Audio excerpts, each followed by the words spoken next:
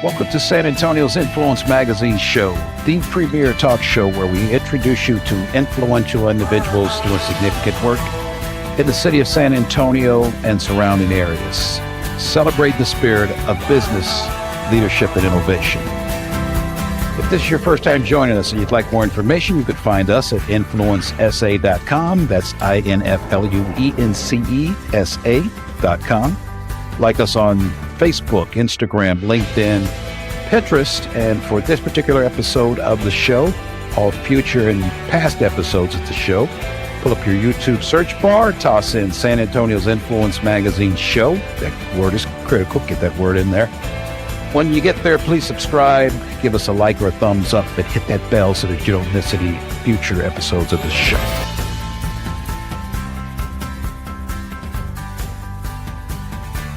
Welcome to the show, folks. In the spirit of business, leadership, and innovation, there's an individual in town who's responsible for some of the great work and projects you've seen develop at the Pearl Brewery. He also recently ran for mayor, and he sits on several nonprofit boards. His name is Robert Melvin. And if you haven't met Robert, you need to hear his story. When we come back, we'll meet Robert Melvin.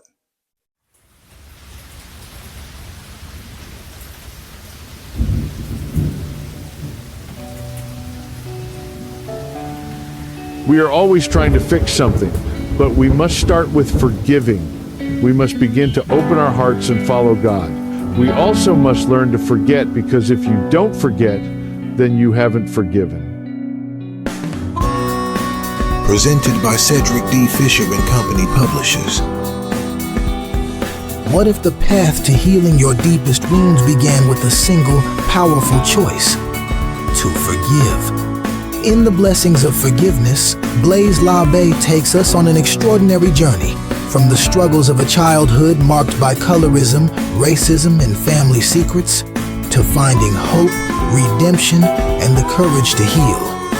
Blaise's story is one of resilience, of rising above the pain of a fractured family and systemic prejudice.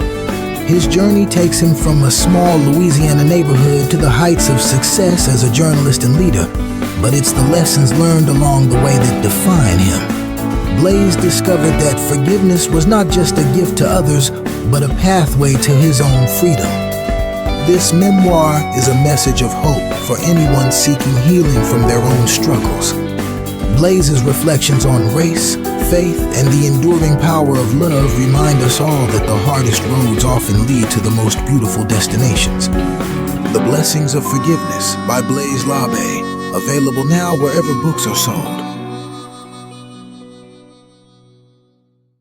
Robert, welcome to the show. Cedric, thank you for having me. It's my pleasure to be able to sit down and have a conversation. So, a lot of folks in the region already know of you. Maybe you can share with us a little bit about your background. Sure. I came back to San Antonio in 2006, and I came back to support Governor Perry as his small business advocate. And what that meant was I was working with Texas small businesses from tip to top, helping them with their growth and expansion kind of programs, succession, and or opportunities that may exist in the state of Texas with TxDOT or some other state agency. Got bit by the entrepreneurial bug, as we all do. And happens to the best of us. It certainly does. So in 2010, my wife and I decided to launch our first company, Alpha Omega Strategic Partners. And our first project was the revitalization of downtown Port Arthur, the Sabine Hotel. And from there, that journey that we thought was a straight line is everything but straight. Okay. You said you came back to San Antonio. Yes, sir. Were you originally from San Antonio or? No, originally I'm from Houston, Texas. Houston, okay. So I'm the youngest of 7 children. My father was murdered when I was 4. Grew up in the 80s, 90s when, pretty rough community. Fifth Ward, you said, right? Yes, sir. Yeah. Yes, sir. Yeah, so a little tough down there. had, was grateful that I had uncles and brothers to kind of help teach and guide what manhood meant. I had a strong grandfather. But ultimately, I found myself in a Scared Straight program, which is, one of those intervention programs that allow for you to kind of see where your decisions are currently taking you. And that really is what changed the course of my trajectory.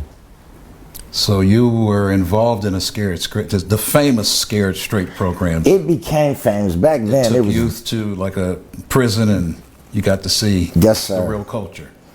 Yeah, it was really insane because I think we didn't have cameras, so it wasn't like nobody's showing out for anybody. This is literally, these inmates are trying to scare you, and your mom, like, there's no oversight whatsoever.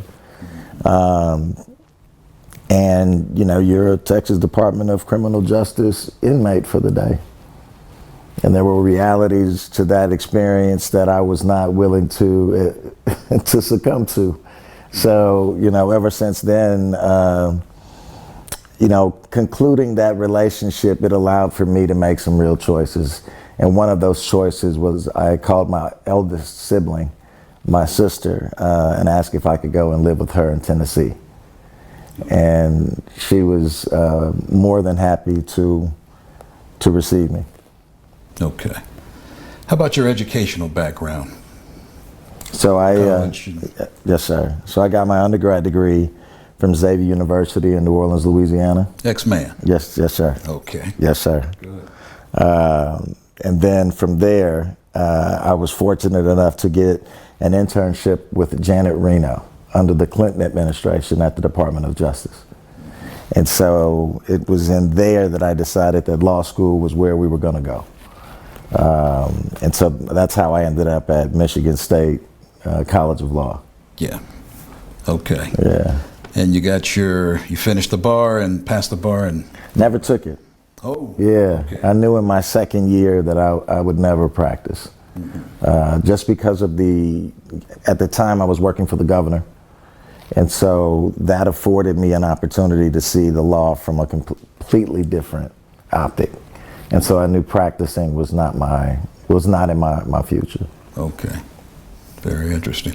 So your company is Limitless Creations. Yes, sir. And you guys are developers, and you're also very involved in the economic development brain trust, if you will, of the city. Yes, sir. What are some of the projects that you guys have worked on and that you've accomplished and kind of proud of? Oh, absolutely. Well, in 2017, we decided to take a risk and develop some townhomes near the Pearl, before the Pearl was the Pearl, utilizing shipping containers.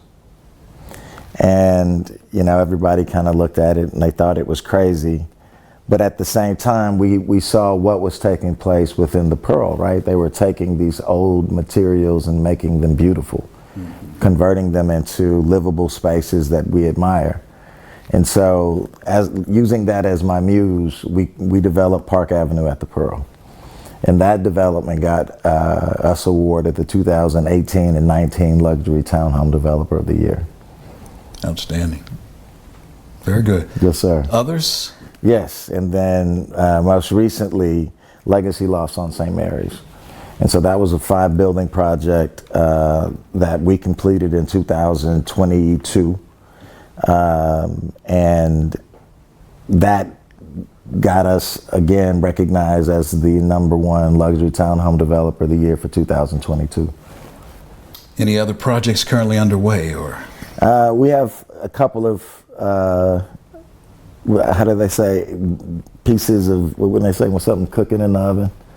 But, nothing that I would say is worth sharing at this point. There's a couple of communities north of 1604 that we're considering and deploying a new style of development. So stand by, it's gonna be cool.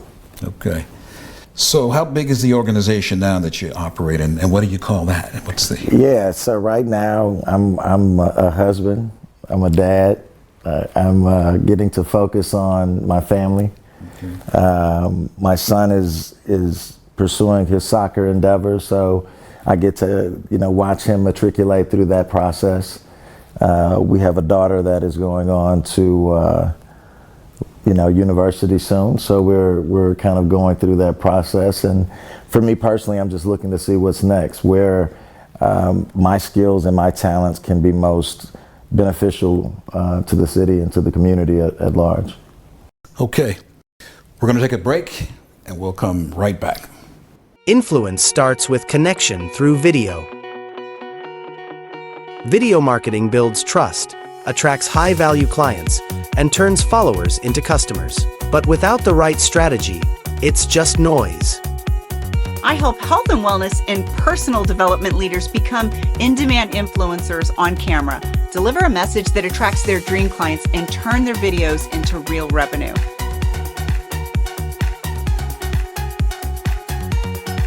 Learn how to elevate your personal brand and stand out as a trusted expert.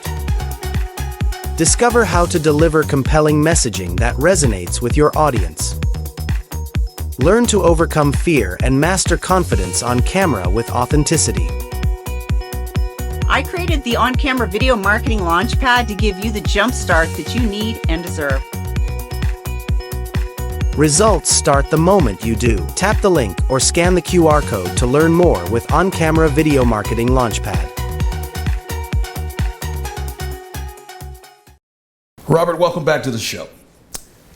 So you were a former candidate for mayor. Yes, sir. And you kind of consider yourself in between right now, kind of whatever your next venture might be. Correct. Let's talk a little bit about when you ran, or even before you ran. What did you see that may have been missing in leadership, or what was your vision for San Antonio? That's a great question, and I'm grateful for it. I think when you look at the city of San Antonio, we are known by many for a variety of reasons. If you're in the military, we're known as Military City USA. And at any given moment, you can go downtown and see it filled with young men, that look like babies, celebrating with their parents after they've completed their graduations, right? And so that brings in a consistent revenue for our downtown and for its activity.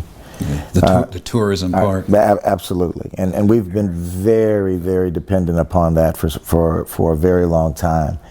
And so the question that myself and my team sought to answer is, what does our city look like for our grandkids, our great grandkids? Like, what does that infrastructure require? How can we stop being responsive and start being predictive in our behavior as a city? And that first starts with establishing what are your core assets, right? Like, what is your number one asset to be able to bring to market? Mm-hmm. And for me, it's our people. And if we can provide our people with an opportunity to participate in all of the economic things that are taking off, I think we have an opportunity to really change the economic landscape of what our city looks like. But it's not going to happen by accident, right? Everything is intentional. And so if we know that, then I think that we have to be less selfish in how we build the city, because it's not about us. Okay. It's about our grandkids. So it's really looking 5, 10 years into the future, maybe even generations. Yeah, no, I'm thinking you have to be looking 50 years down the line. Yeah. Like if you're looking at 10 years, and it's something that you may see, God willing, with your, with health and life, but I shouldn't see the benefits of what we create. Okay. You've got natural leadership skills, and you're kind of in between deciding what you're going to do next. Any interests and things you may be aiming for? You know, I just left a nonprofit organization luncheon, the Children's Rehabilitation Institute of Teletone USA. And, you know, it's a nonprofit, and they're working with kids with disabilities, and that is work that I can see myself being affiliated with. And so from a nonprofit kind of, you know, standpoint, that has become my chosen focal point on that side. From a business standpoint, I haven't yet made my mind up. You know, I've spoken with my wife, and we're kind of looking at what would be good areas of interest at this stage that would allow for us, or for me, to be able to still kind of be an active parent, which is important, but also being able to contribute meaningfully to an organization. So I got my hand in some dirt in a couple of places, you know, just trying to understand the landscape now. Yeah. And, you know, we'll see what happens. So nonprofit leadership, maybe executive director, president, CEO, or board activity? Yeah, board activity. I won't, yeah, no. Don't want to get your hands stacked. Yeah, I think that takes a very special, a special person for the kind of work that they're doing. I don't know that I'm strong enough. Yeah. To be in that position, but certainly assisting them with their fundraising, getting their name out there amongst the city leadership, and making sure that, you know, they have a voice when they're not in the room. Okay, it's very important too. Yes, sir. Yeah, relationships and strategic alliances and collaboration, all that stuff is important in that space. So you've got a pretty busy lifestyle. Even though you kind of switched from more professional to personal right now, you still are super busy. How does a busy leader like yourself balance the work life with personal life? So I would love to be able to say that I had that part figured out. But right now, I think it is the kid schedule puts you on a schedule, right? Like, you know, Rob has to be at practice at this time. You know, Jay is going to be coming home at this time, but then she has to go back to the gym, or she's going to dance practice over at the studio. And then I know Lisa. So there's a natural rhythm that exists in the house. And then you get to play hopscotch as to when you get to jump in and out. And you know, that is the one thing that drives me personally, is just to be able to start enjoying that more, and not being overly consumed with the things and the to-dos and the pressure. That's wise. Yeah, that's very mature. A lot of us executives who have accumulated or found ourselves at the top of the food chain, if there was one regret we would have, it was spending more time with family. Yeah. You know, putting some more time in with the kids and all. So, Robert, if you could look back at your life today, and can I ask how old you are? I'm 48. 48. If you could look back at your life when you were a kid, is there anything you would have changed about the journey you've taken to 48, or how would you have done things differently? Man, that's one of the major ones. But no, I think that my life's experience collectively I was built to be where I am. So no, I wouldn't want to change, you know, anything. Anything. You know, I know it's probably, you know, advantageous to probably change some relationships, but, you know, The reality is that those experiences created the man that you see, for better or for worse. But I don't know if you take that ingredient out, what does that do to the final recipe? And I'm a man that has a heart for the people. Black and brown excellence is not an accident. It's an everyday occurrence. And I want to make sure that we provide others to have and experience the things that we have, but without the stress, right? Because, if you ask me, it's the journey. And, when this story is told, what are they going to say about us? It's a good question. Very good question. What would you say because you've come through somewhat of an interesting journey, we'll call it that. Forrest Gump 100%. Okay, yep. For better or for worse. For the good and bad stuff, it's all brought you to where you are. 100%. Are there any words of wisdom you might share with someone else who aspires to be in your position? Man, don't ever aspire to be in another man's position. First off, I would tell whomever is the ear that you are your own individual miracle, and that you should pursue your goals with an abandonment just a reckless abandonment, and understand that trials and tribulations are going to come either way. So you might as well bet on you, and just understand that no matter what you're going through, this too shall pass. I don't care how dark the day, how empty the well. Stay faithful to the Lord. Call upon, our Savior Jesus Christ. But just know that storm will pass. And equally more important, actually, or equally as important, is that when things are good and life is swell and you can't imagine things being better, man, spend just as much time on your knees and appreciate that this too shall pass.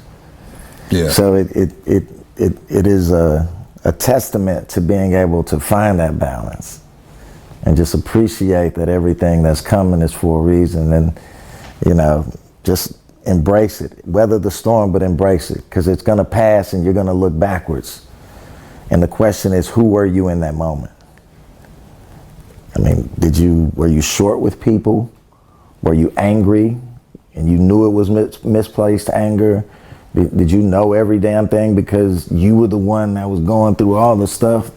So when I started looking at life differently and appreciating that somebody's going to tell this story, I want to ensure that I present always as the consummate gentleman, right?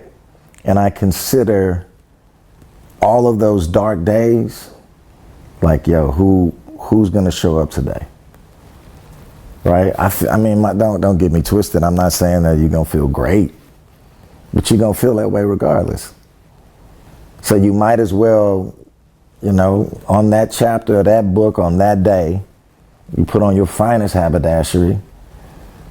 You had 2 nickels to your name and you went and bought 2 nickels worth of soda. And you had the time of your life, because that's how you want to be remembered. You don't want to be remembered crying, even though that's how you feel. And that's not to say you can't cry, but just remember how you present, because nobody knows what's going on in that head. Yeah. And sometimes the greatest storms are between our ears.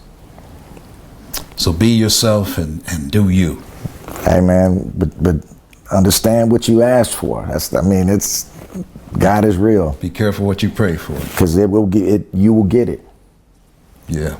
And it may not present in the way that you thought, but you're gonna get it. Mm.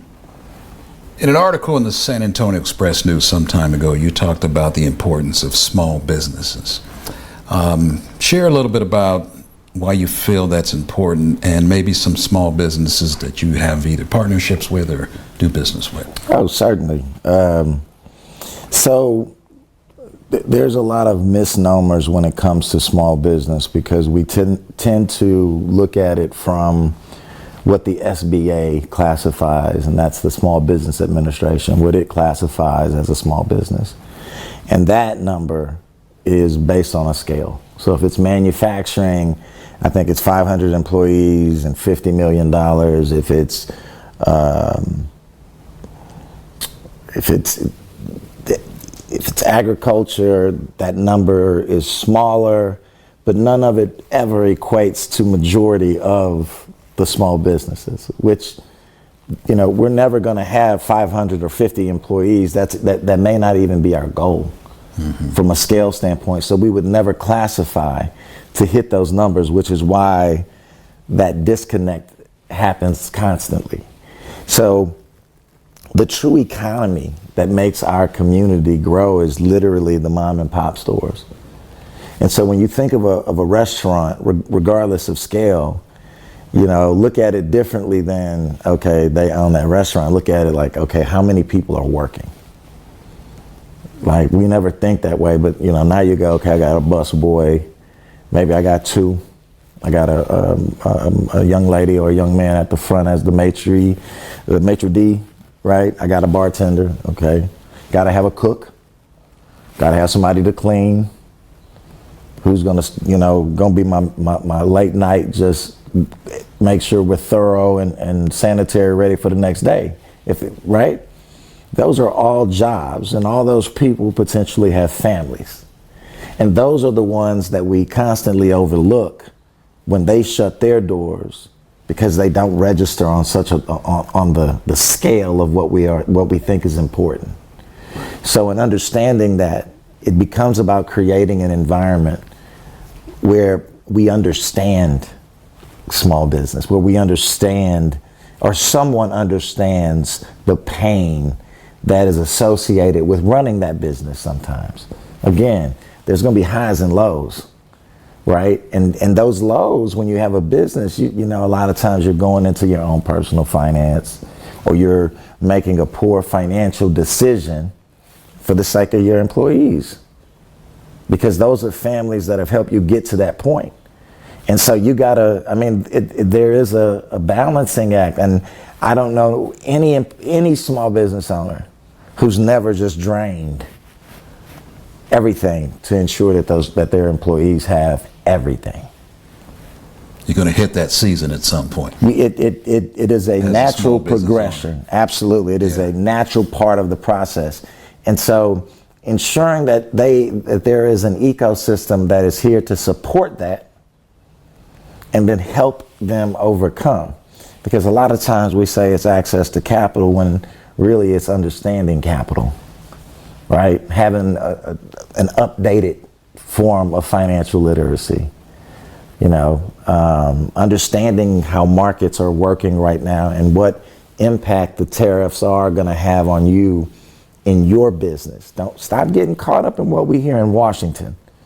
That's intended to scare and throw you off position. At the end of the day, you have to be watching your bottom line and understanding what your market share is. And when those numbers begin to change, then you can start engaging. But you got to run your business before you start running something else. And nobody does that better than you. It's your business. It's a unique anatomy that makes up a small business owner. And one of the things that you're absolutely right, doesn't get any real notoriety is their commitment to the people that help them keep the doors open, which is their staff or their employees. And that a lot of decisions that you make at times are really more for them than it is necessarily you. 100%. Yeah, that happens. Absolutely. Let's talk about business leaders. Give me 3 characteristics or attributes that make up a good business leader. So that is an amazing question. I can tell you what has worked for me. Whether it's successful or not, I think is history will tell, if that's fair. Okay. You're doing well nowadays, so yeah. So far you're on a roll. You got good momentum. Yeah. So headed in the I'll, right direction. And I'll be the first to admit I have some serious flaws. I think being able to share a unified vision for your team, meaning that they understand it just as well as you do, and it just like it's in your head, it's in their head. And that means that is a lot of conversation, and you might lose some people, right? Like that's the first thing, because not everybody's going to be transparent and open enough to be able to just leave it on the table so that we understand what we're building collectively. And then another big one for me is I don't hire people to tell them what to do. I hire professionals, and I expect professionals to conduct the business that we agreed upon. And so, you know, why that is important is because I appreciate that I have no clue as to how or why that thing works. Yeah. And so allowing them to have that freedom is a big piece of that. So you hire subject matter experts and empower them. As much as, and sometimes give them creative freedom to do their thing. Man, sometimes empowerment means just getting out the way. And I, you know, for a lot of instances, you know, I want, when it's your turn to contribute, I want you to appreciate that as the CEO, chairman of the board, whatever, I'm listening to you. So if I'm giving you that level of attention, I certainly expect for you to give it that same level of respect. And I've been, you know, it's been said that leadership style is different. And I just don't understand it. I'm not going to micromanage an adult. I refuse to.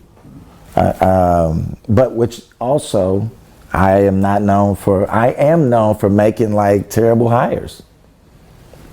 Right? Because some people can put on a face and they can put on an act, but you know, like my grandfather say, you give a man 10 days, he gonna show you who he is at some point. Right? And proof is in the pudding. Always. Yeah. And it's unfortunate that, you know, they have those, but overwhelmingly the people that I've empowered are, man, they still rocking and rolling today.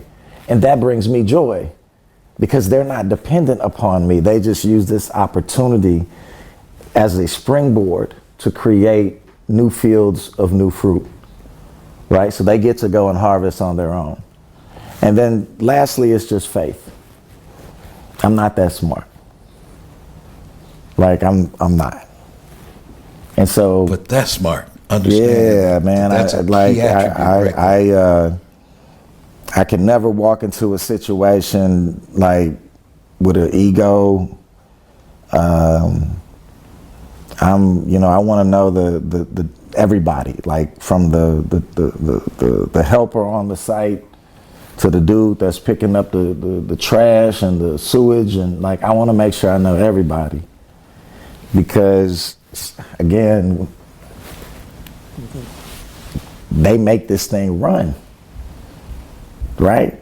And I'm not smart enough to do their job. So I better understand who and what they do, what makes them happy, what's going on at home. Because if not, you're going to be asking some different questions later. So that's why I say it's family. They become family. You become...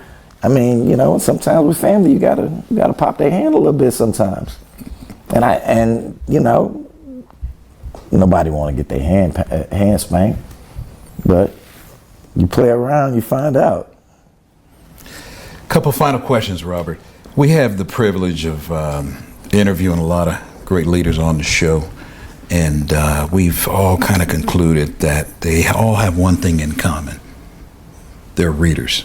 All leaders are readers. Their go-to book is typically found on their nightstand. What book's on your nightstand? Oh man, that is such a crazy question. So I go through stints where I read prolifically, and then I go through others where, like, the day of technology has made it super easy.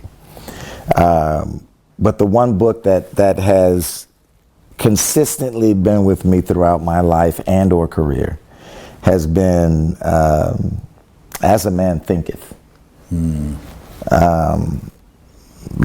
It's in my office right now, and I always keep a couple of extra copies, just because you just never know, right? Yeah. But it is a book that really breaks down that where you apply your thoughts is what you will receive.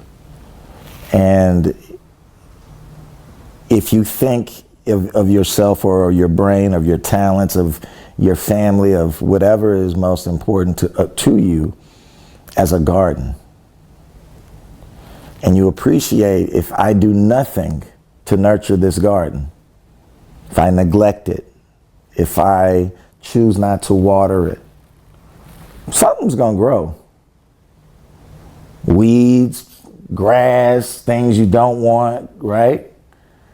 But if you want the fruit of that seed to have its best opportunity to succeed, you just got to get all of the weeds out the way and be intentional in what it is we ask for, and provide others that same opportunity, and constantly ask, am I being a gardener or am I a weed in somebody's life?